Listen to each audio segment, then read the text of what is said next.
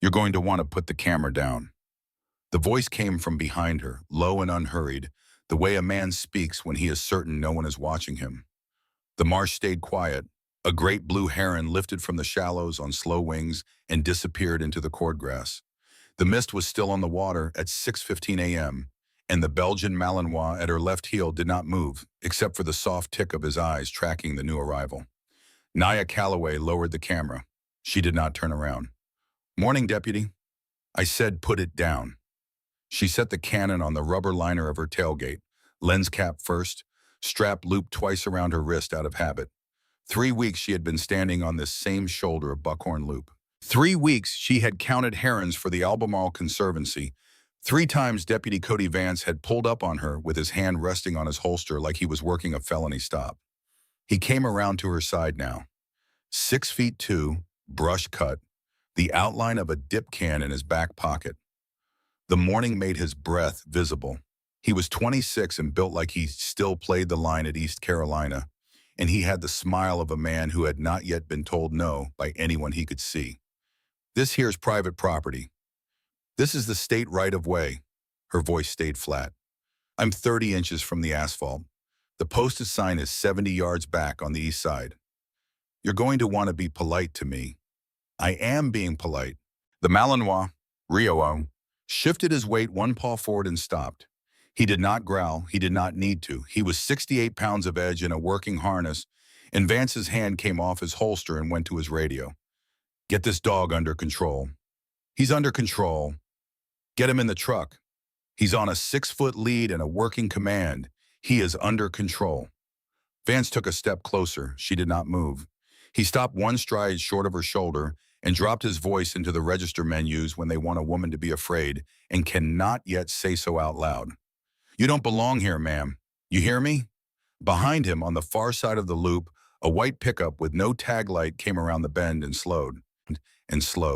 The driver, a thin man in a Carhartt jacket and a green ball cap, looked at the two of them, looked at the T-Mug, and accelerated. Vance did not turn his head. In the silver crab cooler in the bed of that pickup, riding under a layer of wet ice and Tilghman Brothers seafood tickets, were 9 M4 lower receivers stamped with rack numbers that had last been logged at an arms room in Quantico in March. Naya watched the pickup go. She did not lift the camera. She did not need to. The camera had been recording since 5:50 a.m. The cabin she rented sat on a quarter-acre of pine and switchgrass at the bottom of a gravel road that did not appear on any map sold at the gas stations. 2 rooms, a wood stove, a tin roof that talked back to the rain. The lease was in the name of a small LLC out of Norfolk that owned, on paper, 3 rental properties and a boat. The boat was real. The properties did not need to be. She was up at 5 every morning. She did not need an alarm. The dog stretched, drank, ate, and was at the door by 5:15. By 5:30, she had her boots on, her camera bag packed in the same order she had packed her ruck for 14 years. Top heavy on water, bottom heavy on weight, and her thermos full. She drove the same 3 back roads in the same rotation. Never twice the same in a week. She kept her log in a spiral notebook with the days of the week labeled in block letters at the top of each page. On Tuesdays and Fridays, she made a point of being seen at the Conservancy field office in Elizabeth City, 2 counties over. On every other day, she was in the marsh.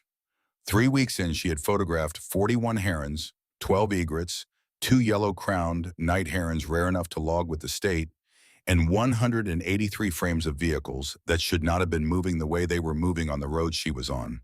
The Albemarle Conservancy paid her $16 an hour and did not know who she was. The post office in Belcross took her general delivery mail and did not know who she was. The diner on Highway 343 sold her the same biscuit and coffee at 6:45 a.m. every weekday and called her honey and did not know who she was. Marley Pruitt knew who she was. Or at least Marley Pruitt knew what she was not. Marley had been told by her sister, who had been told by her cousin who worked at the Conservancy office in Elizabeth City, that the new bird counter was a black woman from up north somewhere. No husband, no children, no church, no people. Marley had taken this information and made it into a project. The project was named Concerned Citizen. In the first week, Marley had called the sheriff's non-emergency line twice. In the second week, she had called it 4 times. By the third week, she had figured out that the non-emergency line did not always send a deputy fast enough for her taste, and she had moved on to 911. Someone in a black truck, just parked, just sitting there on the side of the road, looking through binoculars at houses. The dispatcher's voice came back tired and patient. Ma'am, the previous calls have been birdwatching activity. The Conservancy has a permit on file. Then somebody needs to come check the permit. The recording of that call was 38 seconds long. Naya had a copy. She had a copy of all 6 of them, pulled under a public records request she had filed in week 1, signed in a name that was not hers, paid for in cash money order. The clerk who fulfilled the request was a woman named Glenda Pettiford, who kept a fern on her desk and a second fern on her file cabinet, and who had, over 29 years in the records office, developed an instinct for which requests were innocent and which were not. Glenda had not asked any questions. Glenda had stamped each page certified and slid the manila envelope across the counter and said, "You have a good day, ma'am," in a voice that did not carry past the counter. That was Tuesday of week 1. By Friday of week 1, Naya was carrying the certified envelope in the false bottom of her camera bag, in a pelican case the size of a paperback, beneath a layer of microfiber lens cloths. Sheriff Bryce Tanner came around to the cabin on the Wednesday of week 2. He came alone. He came in an unmarked Tahoe. He did not get out for the first 90 seconds. He sat with his window down and let her notice him. She noticed him at second 18. She did not let him know it until second 86. She came out onto the porch in a thermal Henley and a barn coat, Rio at heel, a coffee in her left hand and her right hand visible at her side. She did not step off the porch. She did not call out. She waited. He got out. He did not put on his hat. He left it on the dash. That was a choice, and she logged it. "Miss Calloway." "Sheriff." He came up to the bottom step. He was 54, lean, gray at the temples, with the kind of slow Carolina drawl a man learns to put on when he wants strangers to underestimate him. He had been sheriff for 9 years. He had been a deputy for 13 years before that. He had not lost an election yet. "I just wanted to come by and introduce myself proper. Heard we got a new resident." "I appreciate that. You with the Conservancy?" "I am." "How long you planning on being out our way?" "Through the end of the breeding count. Probably end of November." He looked at the dog. The dog looked at him. "That's a working dog." "He is." "That a service dog or a working dog?" "He's a registered emotional support animal." "I have the paperwork." She did. The paperwork was real. The condition listed on the paperwork was real. On paper, in a file with a licensed psychologist who had signed the letter knowing exactly what it was for and exactly what it was not. The condition was anxiety. The anxiety on the day the paperwork was signed had been entirely justified. She had just come back from 41 days in a place she could not name on the paperwork. Tanner looked at the dog a second longer than he needed to. "You're allowed to be wherever you want to be, ma'am. I just want you to know that." "I appreciate that. My deputies got called out here to your truck 3 times now." "4. He smiled with the corner of his mouth. It did not reach the rest of his face. "4. I have copies of every call." The smile stayed where it was. He did not ask how. He did not need to. They both knew. He nodded once and put his hand back on the door of the Tahoe. "You have a real nice day, ma'am." "You too, Sheriff." He pulled out of the drive at a careful 5 miles an hour. She stayed on the porch until the dust settled. Rio stayed at her heel. When she went back inside, she did not write down what had happened. She had recorded it on a small device the size of a button, sewn into the inside seam of her barn coat, the kind of device the man in the windowless office in Crystal City had handed her the day she signed for this assignment. If this story is hitting for you so far, take 3 seconds to hit the like button. It tells the algorithm to show this to more people who care about the kind of justice that takes time to land. The Pruitt confrontation happened on a Thursday at the Piggly Wiggly. Naya was buying coffee filters and almond butter and a bag of dog food. Marley was buying her weekly half-gallon of sweet tea and a People magazine. They reached the checkout at the same time. Marley did not get in line behind her. Marley stepped 1 foot ahead and set her cart in front of Naya's, neat and small, the way a woman does when she has been practicing being polite about a thing she is not feeling polite about. The cashier, a girl named Caitlin, 18, dyed black hair, looked at Marley and then at Naya and then at Marley again. Marley said sweetly, "I think I was first, honey." Naya did not answer. She stepped back. She let Marley check out. Marley wrote a check. The check took 4 minutes because Marley wanted to ask about a coupon. Marley wanted Caitlin to call a manager. Marley wanted the manager to come look at the price of the sweet tea and confirm that the sticker had said $2.79 and not $2.99. The manager came. The manager confirmed. The manager went back to his office. Marley wrote her check. When Marley was done, she turned to Naya with the same small sweet face and said, "I just don't think it's right when people don't know how things are done around here." Naya nodded once. "I appreciate that." Marley's mouth tightened. She had been hoping for something different. She had been hoping for an argument, a rolling of eyes, a sharp word she could carry back to her sister and her cousin and the 4 other women in her prayer circle. She had not been hoping for "I appreciate that." "I appreciate that" did not give her anywhere to go. She left. The bell on the door jingled. Caitlin rang Naya's groceries through with her eyes lowered. When the total came up, Caitlin said very quietly, "I'm sorry about her." Naya looked at the girl for a long moment. "Don't apologize for what wasn't yours to do."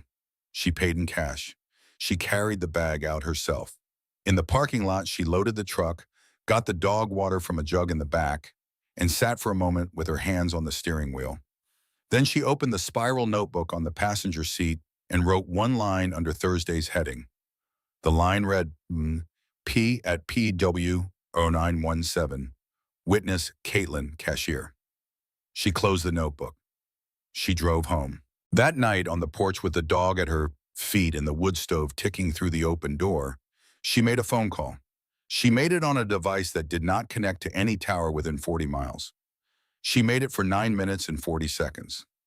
The man on the other end of the call did not say much. He said yes 3 times, and once he said, "Understood," and once he said, "Be careful," and once he said, "The team is solid." When she hung up, she sat on the porch a long time. The dog put his chin on her boot. She did not move. Friday of week 3 was the day the line moved. She was on Buckhorn Loop at 6:20 in the morning, on the same shoulder she had been on every Friday morning for 3 weeks, when the white pickup with no tag light came around the bend again. This time it slowed. This time it stopped. The driver, the man in the green ball cap, leaned out the window. He did not look at her. He looked at her camera. "You're getting in some folks' way out here, sweetheart." Naya did not respond. She kept the camera at her side. She moved her left hand to Rio's harness. "You hear me?" She did not answer. The driver waited. After a long second, he laughed once, low, and put the truck in gear and pulled away. She memorized the tag. She did not need to write it down. She had been memorizing tags since she was 23. 11 minutes later, Cody Vance came down the loop from the south and pulled in behind her truck. He hit his lights this time. 2 flashes. No siren. He left them on. He got out without his hat. He walked up. He stopped 2 feet behind her left shoulder. "Step away from the camera." "I'm on the right of way, deputy. I'm not committing." "I said step away from the camera." He moved before she finished the sentence. He came around her right side and put his hand flat on the lens. He pushed. The camera turned with her wrist. The strap caught.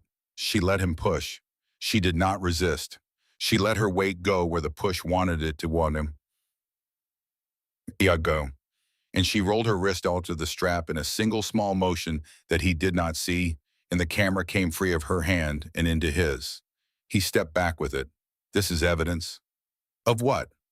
Of trespassing, of harassment, of suspicious activity in connection with calls we have been getting for 3 weeks. I am on the public right-of-way. The Conservancy has a permit. I have a copy of the permit in my front cab pocket. I am standing 30 inches from the asphalt. I am not on posted land. You're refusing to cooperate. I am cooperating. You are taking to my property without a warrant. He looked at her for a long second. His jaw worked once. She watched his hand. The hand that was not holding the camera was at his belt. The thumb was hooked behind the holster strap. The strap was unsnapped. She kept her hands where he could see them. Rio did not move. "You are going to walk over to your vehicle. You are going to put your hands on the hood. You are going to wait until I tell you to move." She did. She put the mom in a sit-stay with one word, She walked to the hood of her truck. She put both hands flat on the hood. The hood was cold, and the cold went through the palms of her hands and up into her wrists. She felt it the way she felt everything she was supposed to feel. She did not let it move her face. Vance came up behind her. He patted her down. He did not announce the search. He did not ask for consent. He did not have probable cause. He went through the front pockets of her barn coat and the back pockets of her jeans and the inside pocket of the coat where the small device was sewn. The device was sewn beneath 2 layers of duck canvas and a strip of denim, and he did not find it because he was not looking for it, because he could not have known to look for it. His hand stopped at her left hip and stayed there a second longer than the search required. He turned his hand. The knuckles dragged once across the seam of her jeans. She felt it. She did not move. She did not breathe out. She kept her eyes on a fixed point on the hood of the truck, a small chip in the paint, the size of a dime, and she counted to 4. He found the wallet. He took it. He opened it. He looked at the driver's license. Naya Calloway. Yes. Says here you're from Norfolk. Currently. Currently. Yes. He did not give the wallet back. He walked it over to his cruiser. He sat down in the driver's seat with the door open. He ran her on the MDT. She heard the keys clicking. She kept her hands on the hood. The cold worked up to her elbows. He came back 4 minutes later. You have a clean record. Yes. Suspiciously clean. That's not a thing. It is around here. He held out the wallet, but did not give it to her. He held it the way a man holds a piece of food over a dog. Ma'am, I'm going to need you to understand something. You are not from here. You do not know how things are done here. You are causing concern. You are upsetting people. You are going to find that life out here gets a lot easier if you decide to do your bird counting somewhere else. Are you ordering me to leave? I am asking. On what authority? He smiled. It was the first time the smile reached the rest of his face. He liked the question. On the authority of being the deputy who is here right now. He dropped the wallet at her feet. He walked back to the cruiser. He got in. He sat there with the engine running for 30 seconds. Then he pulled out, slow, and went the way the white pickup had gone. She did not pick up her wallet right away. She stayed at the hood until the cruiser was out of sight and the dust had settled. Then she straightened up.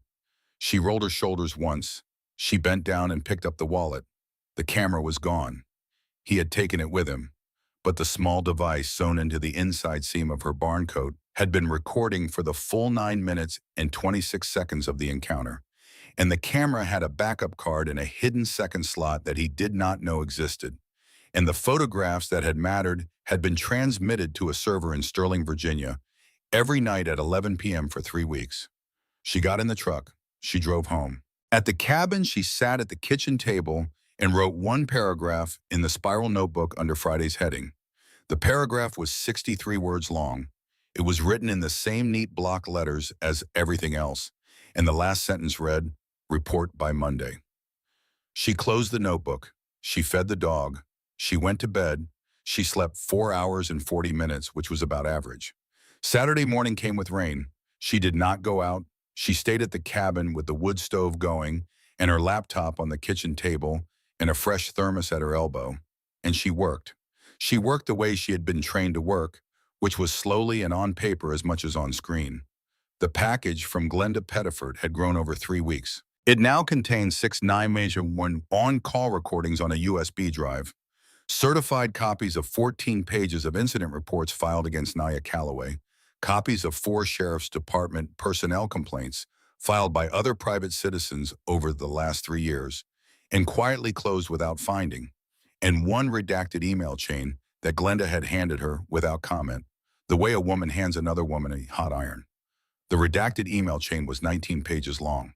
The redactions were thick and uneven.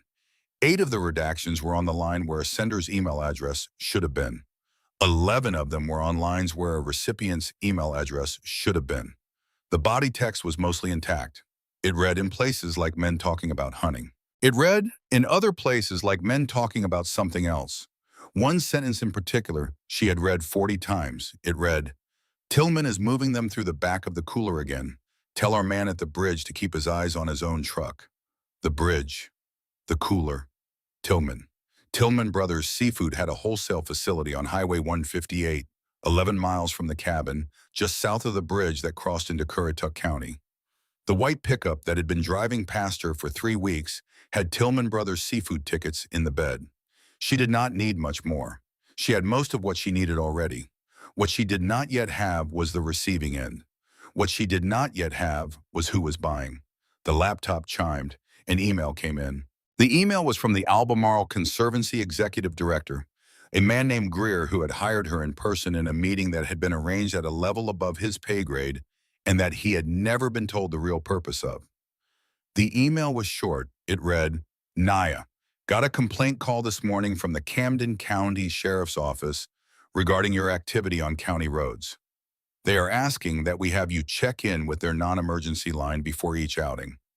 I told them this isn't something we require of our field staff anywhere else in the state. Please be aware they may continue to make contact. Let me know if anything escalates beyond what you can handle. Gee, she read it twice. She closed the laptop. She made a phone call.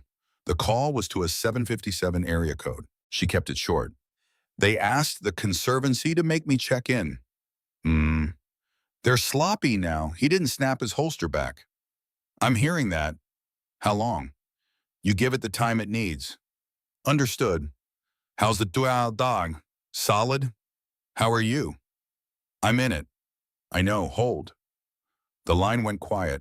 The man on the other end was somewhere she did not need to picture, but if she had pictured him, she would have pictured a small office on the 3rd floor of an unmarked building in Norfolk, with a window facing east and a black mug on the desk. He came back after 40 seconds. Boys are asking after you. Tell them I'm fine. They asked me to ask if they could come down for the weekend. She did not answer for a beat. Not yet. Not yet. I'll know when. I'll tell you. Copy. She hung up. She sat at the table with her hand on the dog's head. The rain kept on. The wood stove ticked. If you're already feeling the temperature of this thing rising, go ahead and subscribe before you forget. The second half of this story is where it earns its title. Monday morning was clear. Frost on the cab of the truck. She let the pound out into the yard.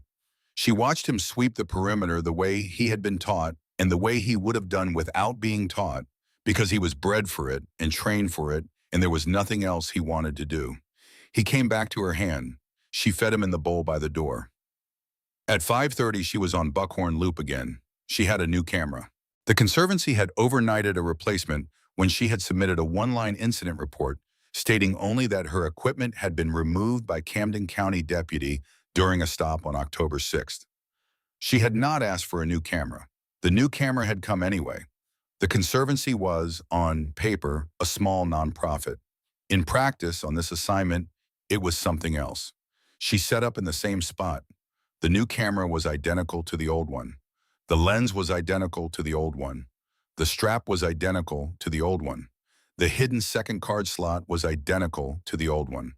To anyone watching, nothing had changed. She was 40 minutes into the count when Cody Vance came down the loop from the north. He pulled in behind her. He left the lights off this time. He got out. He brought a clipboard. Miss Calloway, you're going to need to come with me to the cab. I'd prefer to stay where I am. You'd prefer it, sure. Come on over to the cab, ma'am. She walked over. She kept the dog on her left side. Rio sat at her heel. Vance opened the passenger door of the cruiser and laid the clipboard on the seat. He turned it toward her. He kept his hand on the corner of it. Trespassing, North Carolina General Statute 14159.13. Second degree, posted property. I'm citing you. You can sign the bottom or refuse. She looked at the citation. She looked at the line for the property address. The address read 1242 Buckhorn Loop. She turned her head and looked east, across the road where the posted sign sat on a steel pole at the edge of a stand of loblolly pine. The sign read, in white letters on red metal, posted, no hunting, no fishing, no trespassing without permission. E. Crane, owner. She turned back. She kept her face still. Deputy? Ma'am. Could you read the sign for me? What? The sign on the property you're citing me for trespassing on. Could you read it aloud? He looked at her. He did not look at the sign. I know what it says. I'd like you to read it. Sign me. I'd like you to read it first. He stared at her. The morning got quieter. After what felt like a long time but was actually 6 seconds, he turned his head and looked at the sign. He looked at it for another 4 seconds. He turned back to her. It says no trespassing. It says no hunting, no fishing, no trespassing without permission. The statute you are citing me under requires the property be posted in the manner described in North Carolina General Statute 14159.11. A sign that grants conditional entry without permission does not establish the absolute prohibition the statute requires for second-degree trespass. The owner has made the property conditionally accessible. I'd like the citation amended or withdrawn. He stared. She did not move. He picked up the clipboard. He looked at the citation. He looked at the sign. He looked at the citation again. You're refusing to sign? I am refusing to sign a defective citation. If you correct the citation, I will sign. You think you know the law. I have a copy of Chapter 14 of the General Statutes in the cab of my truck. I bought it at a Books-A-Million in Greenville the day after the first deputy contact. I have read the chapter on trespass. I have read the chapter on detention. I have read the chapter on use of force. He put the clipboard down. His hand was on his hip. The thumb was behind the holster strap. The strap was unsnapped again. She tracked it without moving her eyes. You think you're going to come down here and lecture me on the law? I'm not lecturing you. I'm informing you. There's a difference, boy. He moved fast then. The clipboard came up in his left hand, and he swept it across her shoulder. Not hard enough to put her down, but hard enough to knock the camera strap off her neck. The camera fell. The lens hit the gravel. The plastic ring around the front element cracked. She did not look at it. Pick that up. She did not. He stepped into her. His chest came up against her shoulder. He was close enough that she could smell the coffee and the dip and the laundry detergent on his uniform. She did not step back. She did not lean in. She held her ground the way a person holds their ground in a current. I said, pick it up, ma'am. I'm going to pick it up when you step back. You're going to pick it up now. The radio on his shoulder squawked. Dispatch. He looked away from her for 1 second to bring his hand up to the mic. And in that 1 second, the white pickup with no tag light came around the bend, slowed, looked, and accelerated again toward the bridge. Vance saw it. She saw him see it. He turned back to her. The smile was thin. You have a real nice day, ma'am. He picked up the clipboard. He did not pick up her camera. He got in the cruiser. He pulled away. She stood at the road a long time after he was gone. The dog leaned into the side of her leg. She put her hand on the top of his head, between his ears, and she held it there. Then she crouched, slow, and picked up the camera. The body was scratched. The lens ring was cracked. The second card slot, hidden under a small panel near the battery door, was untouched. She put the camera in the bag. Back in the truck, she took out her phone. She did not call the 757 number. She called the Conservancy executive director. Greer. Naya, he came back this morning. And? He attempted to cite me for trespass. The citation was defective. He withdrew it on the spot. A pause. Withdrew it. He didn't write it. Naya, tell me you're all right. I'm fine. Naya. Greer, I'm fine. A longer pause. There's something I need to tell you. The complaint that came in on Saturday, there's been a second one. Different complainant. Yesterday afternoon. The sheriff's office is asking that I formally suspend your access to county roads pending a review by their, quote, community liaison. There is no community liaison. I know. This is theater. I know. How long can you delay? I can sit on it for 48 hours. After that, I have to respond formally. They've CC'd 2 county commissioners. It's on paper now. She closed her eyes for 1 second. She opened them. 48 hours is enough.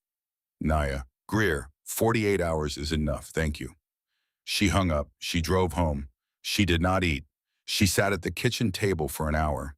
The dog put his chin on her boot, and then took it off and then put it back, the way he did when he could feel that her breathing was not where her breathing should be. She made one more call. She made it on the device that did not connect to local towers.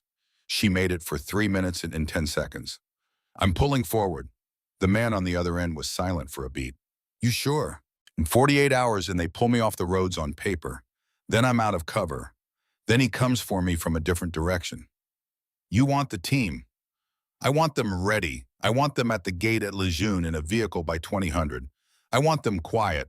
I want them in civvies. I want them ready to roll the second I call. Voss and Whitlock are still in walking boots.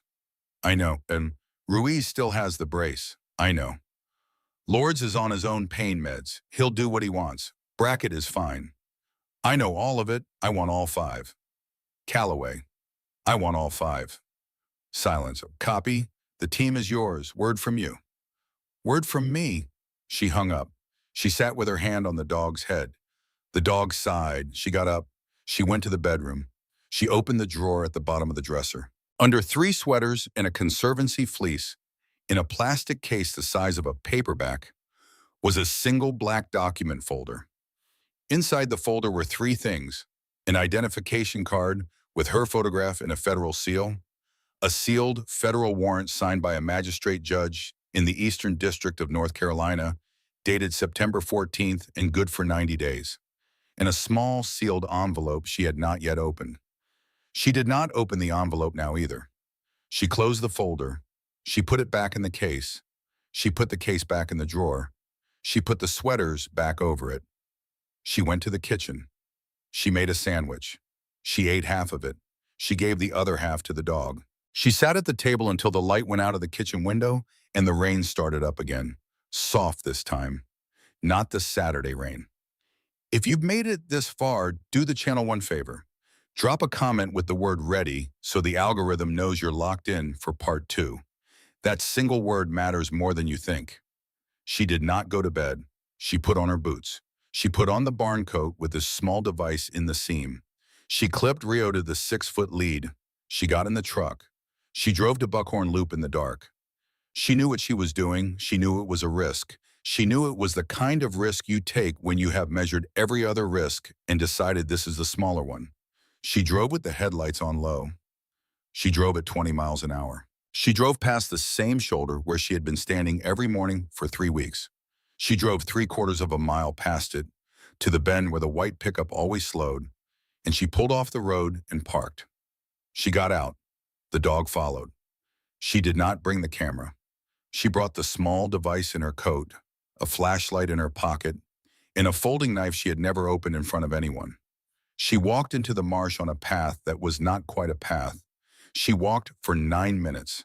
She came to a point of land that gave her a clean angle on the back of the Tilghman Brothers wholesale facility, which sat across the water on a small spit of fill, lit at night by a single sodium lamp. She stood in the marsh grass and she watched the back of the building. She watched for 40 minutes. She saw 1 truck come in. She saw 2 men get out. She saw the men carry a long crate down the loading ramp and into the cooler. She had what she needed. She turned to walk back. That was when she heard the engine. It was behind her. It was on the path she had come in on. It was coming slow with no lights, which meant whoever was driving had been waiting and had heard her come past and had let her go in and was now closing in on her exit. She stopped. She put her hand on the dog's harness. She moved off the path into the cordgrass. The grass was up to her shoulders. She crouched. The dog crouched. She listened. The engine cut. A door opened. Then another door. 2 voices. Low. Over there by the truck. She walked in. She has to come out the same way. Make it quick. She thought very calmly in the way she had been trained to think when calm was the only thing that could keep her alive. 2 men. 1 vehicle. They knew where I parked. The dog felt her shoulder. The dog did not move. She thought they were waiting. They have been waiting. Vance is not in front of me. Vance is the bait. A flashlight beam came up over the grass behind her, pale and wide. Then another. Then a third. 3 lights. 3 men. Not 2. She turned her head an inch and put her mouth next to the dog's ear. Go. The dog did not want to go. The dog had been trained to stay. But she had also trained him for the one word that overrode every other word, and she said it now, and the dog went, low and fast and silent, north through the core grass toward higher ground. The way she had taught him it to go on a single day in a field at Dam Neck that she had paid for out of her own pocket because no service would have paid for it. The dog was gone in 4 seconds. The lights kept coming. She stood up.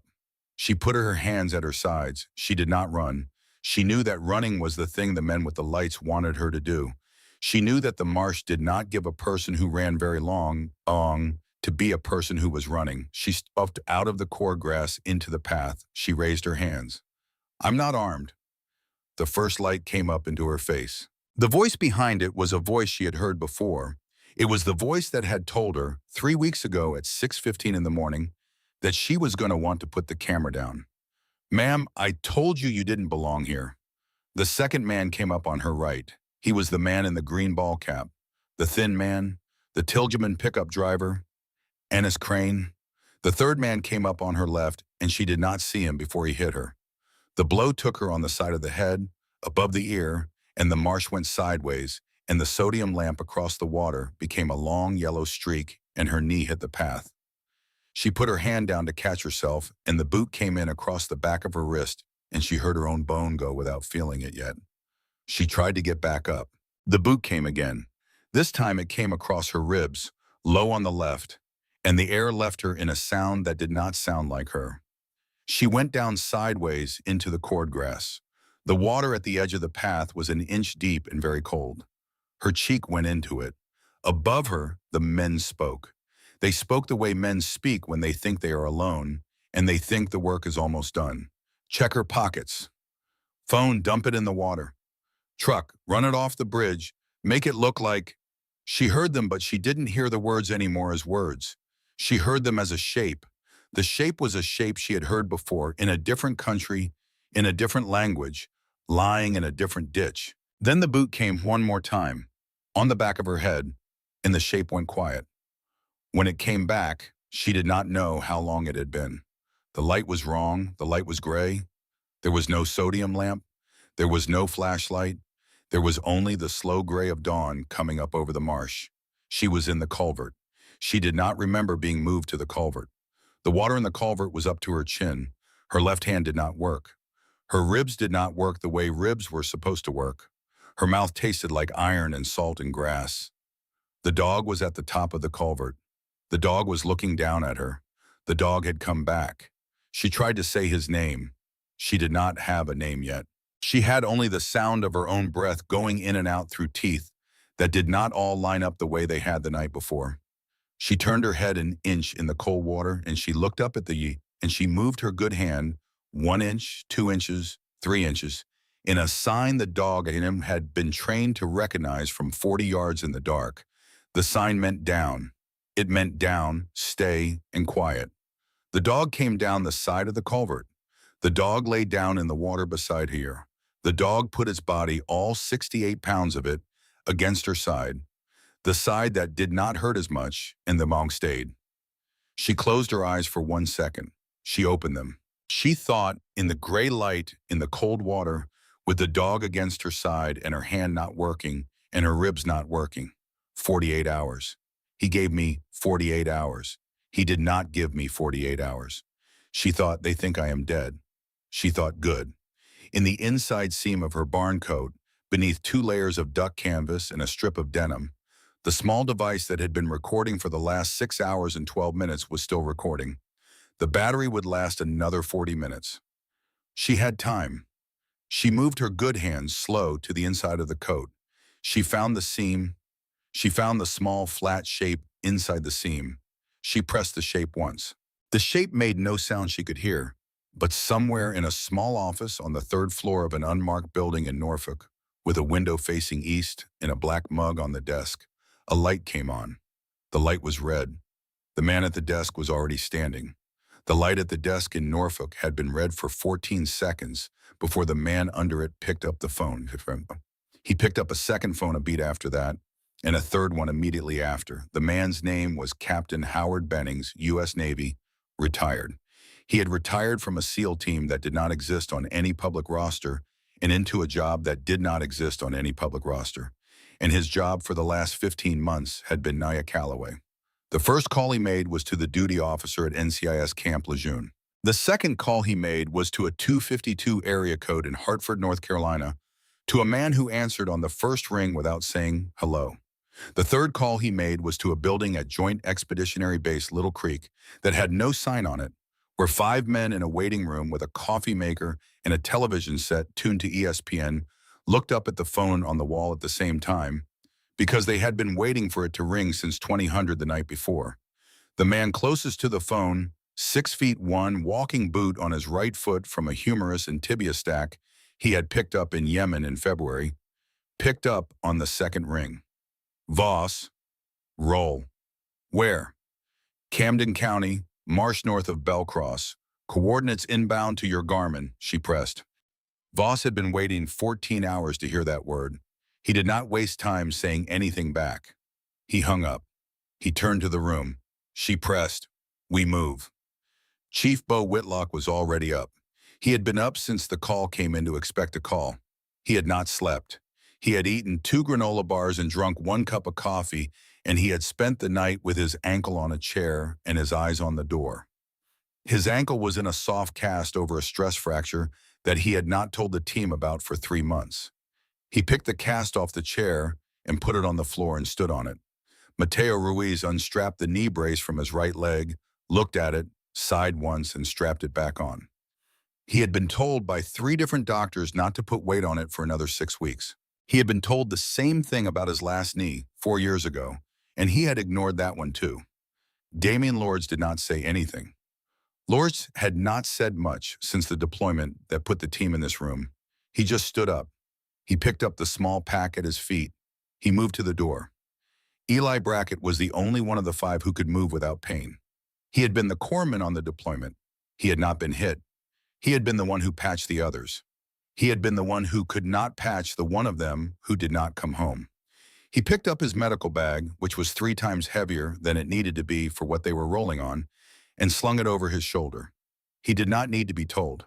By the time they were in the Suburban in the parking lot, Bennings's instructions were on Voss's phone. 6 lines. The last line read, "Civvies, no weapons beyond what you carry off post legally. You are family. You are not operators today. You are 5 men who got a call from a friend. Move like it." Voss read it aloud. The others nodded. The Suburban pulled out of the gate at 0847 hours. Camp Lejeune was 193 miles from Camden County by road. The Suburban did not get pulled over once. By 0715, the man in Hartford had already crossed the bridge into Camden County in an unmarked Chevy Tahoe with a North Carolina plate, a fishing rod on the back seat, and a man named Special Agent Royal Mbeki of NCIS in the passenger seat. The Tahoe stopped at the head of Buckhorn Loop. 2 men and waiters got out. One of them carried a tackle box. The other carried what looked like a fishing rod and was not. The dog saw them before they saw her. The dog had been at the top of the culvert for 40 minutes. When the Tahoe pulled into the shoulder, the dog stood up. The dog did not bark. The dog looked at the 2 men. The 2 men stopped where they were. Special Agent Mbeki put his hand out, palm down, in a sign that meant the same thing to the dog as it had meant in a field in San Diego in 2019, when Mbeki had been there to watch the dog certify. The dog walked across the culvert ridge.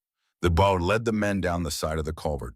The dog showed them where she was. She was conscious. She had not been the whole time. Mbeki crouched in the water beside her. He put 2 fingers under her jaw. He counted. "Commander." She opened the eye that would open. The other one was a different color than it had been the night before. "Hey, Royal." "Hey, Commander." "Took your time." "Got here as fast as we could." "My dog stayed." "Your dog stayed, sir." The other man, the one who was not Mbeki, was on his knees on the other side of her, opening the tackle box. The tackle box was a tackle box on top and something else underneath. He took out a saline bag. He took out a pressure cuff. He took out a tourniquet that he did not need yet, and a chest seal that, when he ran his hand under her coat, he was glad he did not need either. "Ribs are 7 through 10, left side, wrist is broken." Probable concussion, mild hypothermia, no internal bleeding I can find, but we need imaging. Hospital. Centera Albemarle, 40 minutes. No. Becky looked at her. Commander. No hospital under that name. Field stabilize. Get me to Lejeune Naval. Civilian intake. Military side. I am not coming up on a Camden County computer this morning. Becky looked at the medic. The medic looked at Mbeki. They had both expected this answer. Copy. They lifted her, slow, with the dog walking beside her on his own without being told. They put her in the back of the Tahoe on a wool blanket. The dog jumped up next to her without being asked. The dog put his head on her thigh.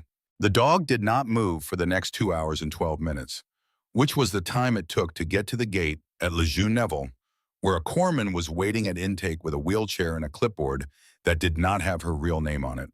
By 1300, she was on her feet. She was on her feet with a soft cast on her left wrist, 3 ribs taped and braced, 4 sutures over her left eye, and a low-grade concussion that she had been told to manage and was managing by ignoring it. She was on her feet because she had insisted, and because the doctor who had examined her at intake had been a Navy commander himself for 22 years and had recognized the look in her good eye and had argued for 45 seconds before he gave up. The 5 SEALs were in the hallway when she came out.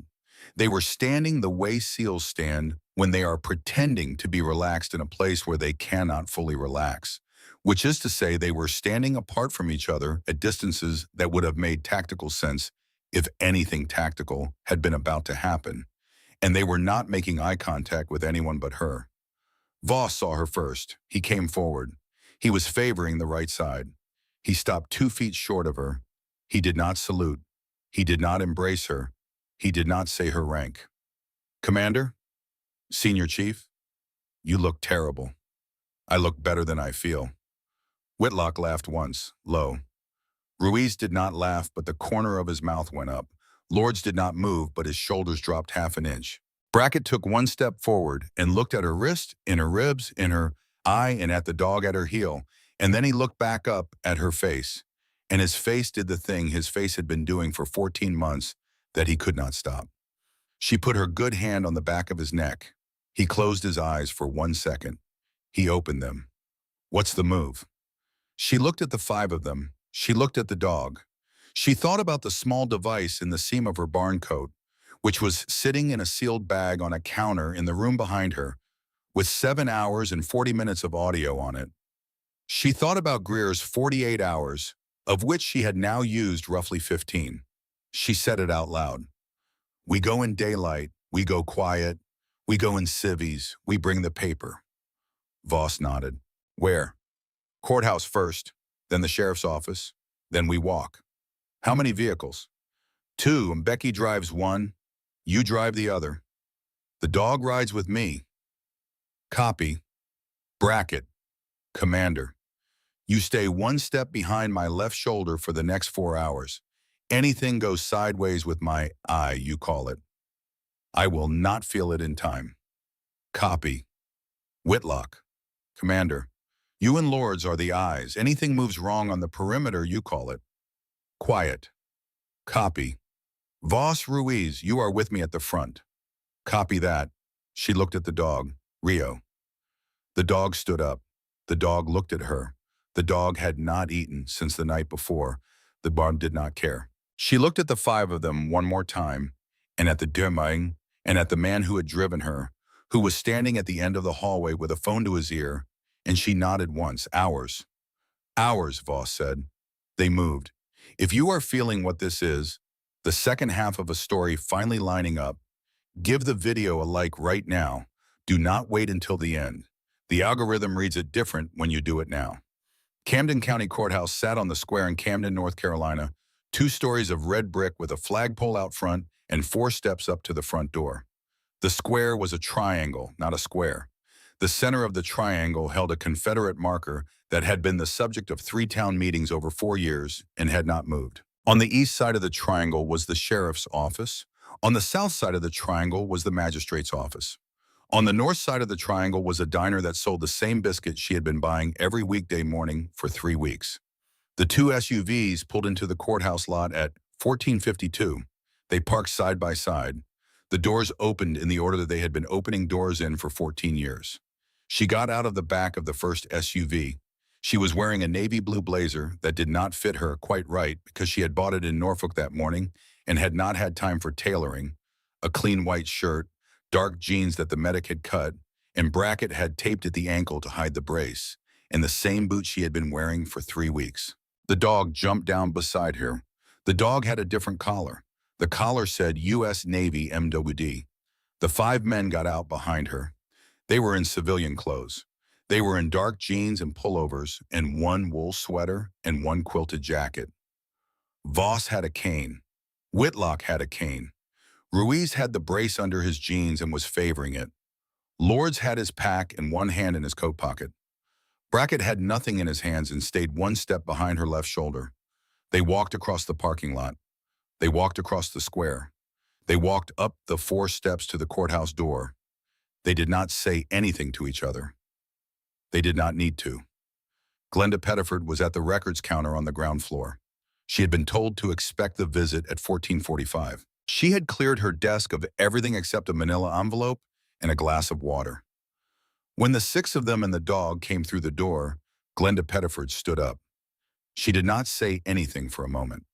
She looked at Naya's eye, in the soft cast, in the wrist, and then at the 5 men behind her, and her face did a thing it had not done in 29 years at the records counter. Then she sat down. She slid the manila envelope across. "Ma'am, Mrs. Pettiford, you all right? I'm walking. You take care of yourself." "I will." Glenda looked past her at the men. She looked at the one with the medical bag. "That boy with you, he a doctor. He's a corpsman.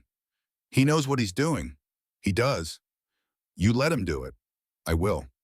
Glenda nodded once. She sat back down. She picked up her glass of water and held it in both hands and looked out the window at the square. They walked out of the courthouse. They crossed the square. They walked into the sheriff's office. The sheriff's office had a glass front door, a small lobby with 3 chairs, a counter, and a glassed-in window where a civilian dispatcher named Tara Howell sat with a headset on. Tara Howell looked up when the door opened. Tara Howell saw the dog first, and then the woman who was supposed to be dead, and then the 5 men behind her.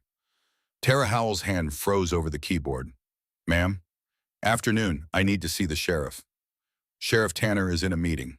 I'll wait. It's a closed meeting. It's about to be more open than he wants it to be. Tell him Commander Calloway is here." Tara Howell did not move for 2 seconds. Then she pressed a button on her console. She spoke into the headset. She listened. She pressed another button. She looked back up. "He says he doesn't know a Commander Calloway. He knows me as Naya Calloway, the bird counter. Tell him that one." Another pause. Another button. Another listen. A different expression on Tara Howell's face this time. One that traveled from her ear to her eye in a way she could not control. She nodded once. "He'll be right out." Sheriff Bryce Tanner came through the side door of the lobby in his uniform. He had his hat on. He had a hand near the radio on his belt, but not on his sidearm. He came to a stop 1 step inside the lobby, and he looked at her, and the slow Carolina drawl was not in his voice anymore when he spoke. "Ms. Calloway." She held up her right hand. In her right hand was a federal identification card with her photograph and a federal seal. She held it the way a person holds a card they have been waiting 15 months to hold. "Commander Naya Calloway, United States Navy, on detached duty to the Eastern District of North Carolina, Joint Federal Task Force on Illegal Arms Trafficking. Sheriff, you are not under arrest yet, but I need you to hold your hands away from your belt." Tanner did not move.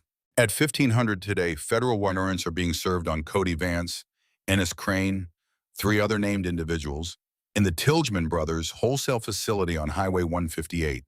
The warrants name you as a person of interest under 18 U.S.C. 241, conspiracy against rights, and 18 U.S.C. 242, deprivation of rights under color of law. They name you as a person of interest under 18 U.S.C. 922 and 4924. They name you as a person of interest under 18 U.S.C. 112, witness tampering, and 419, falsification of records. He did not move. Special Agent Mbeki of the Naval Criminal Investigative Service is in the parking lot.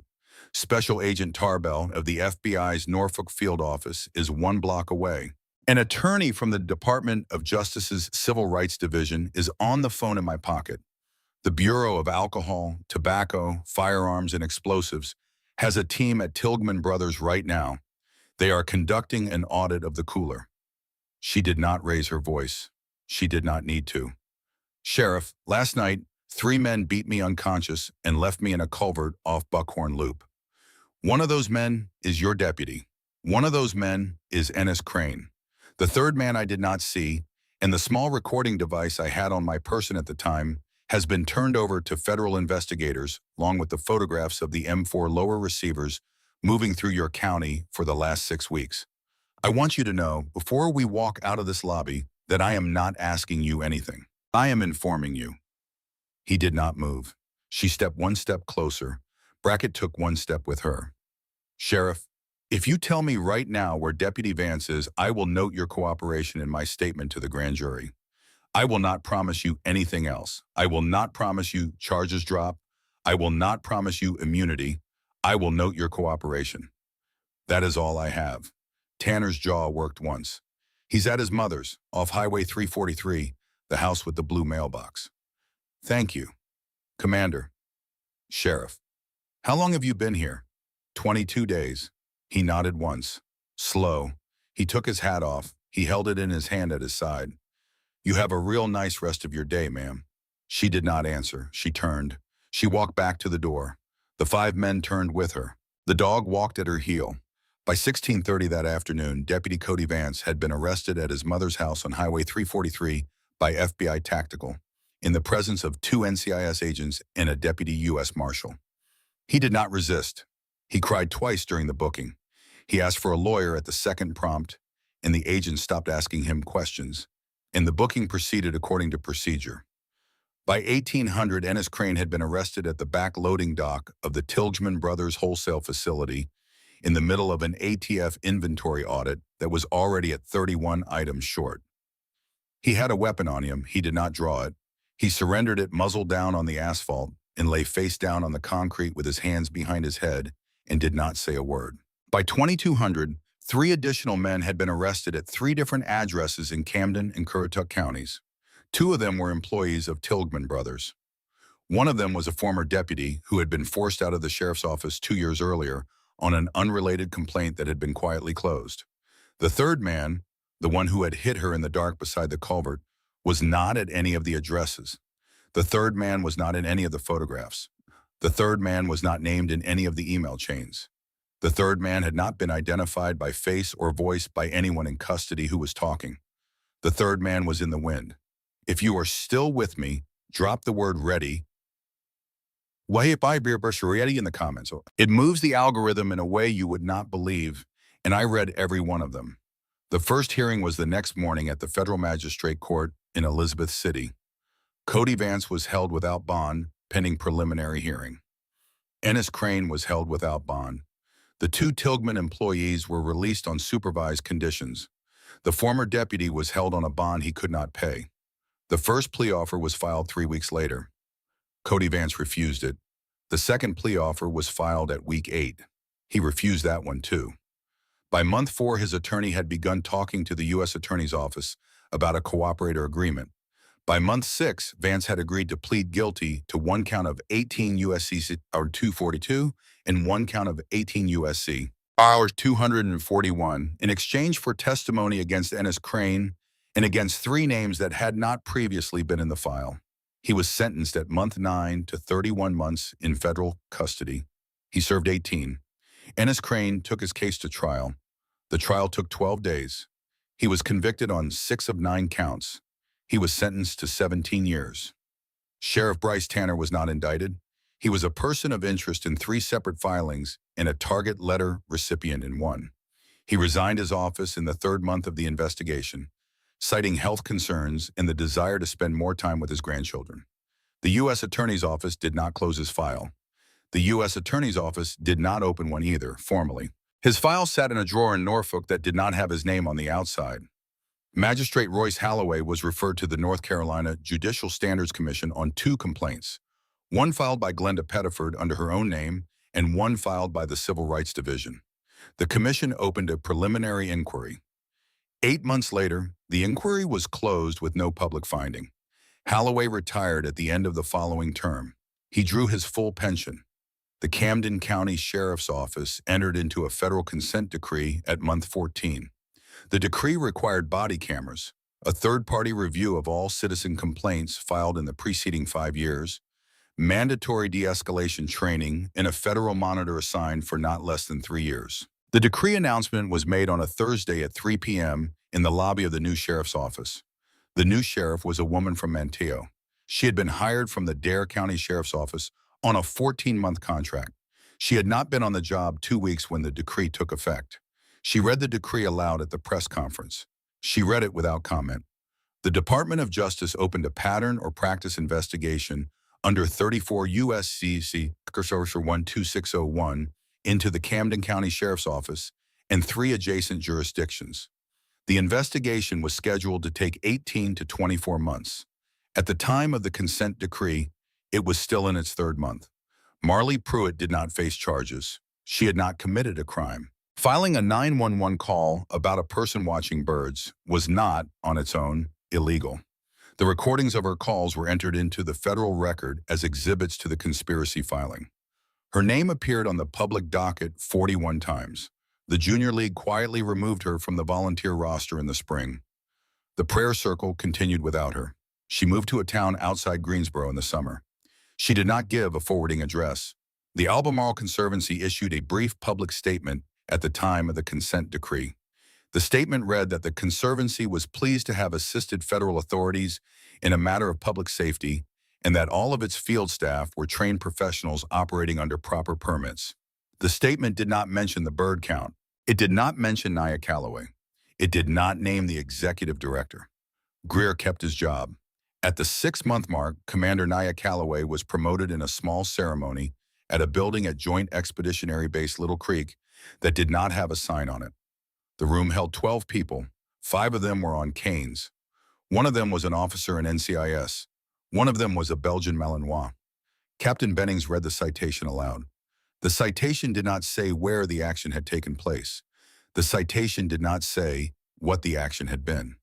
The citation said that Commander Calloway had performed her duty with the highest standards of the naval service. She was promoted to captain. She did not wear her uniform to the ceremony. She wore the same Navy blazer she had worn to the sheriff's office in Camden County. The dog wore the same collar.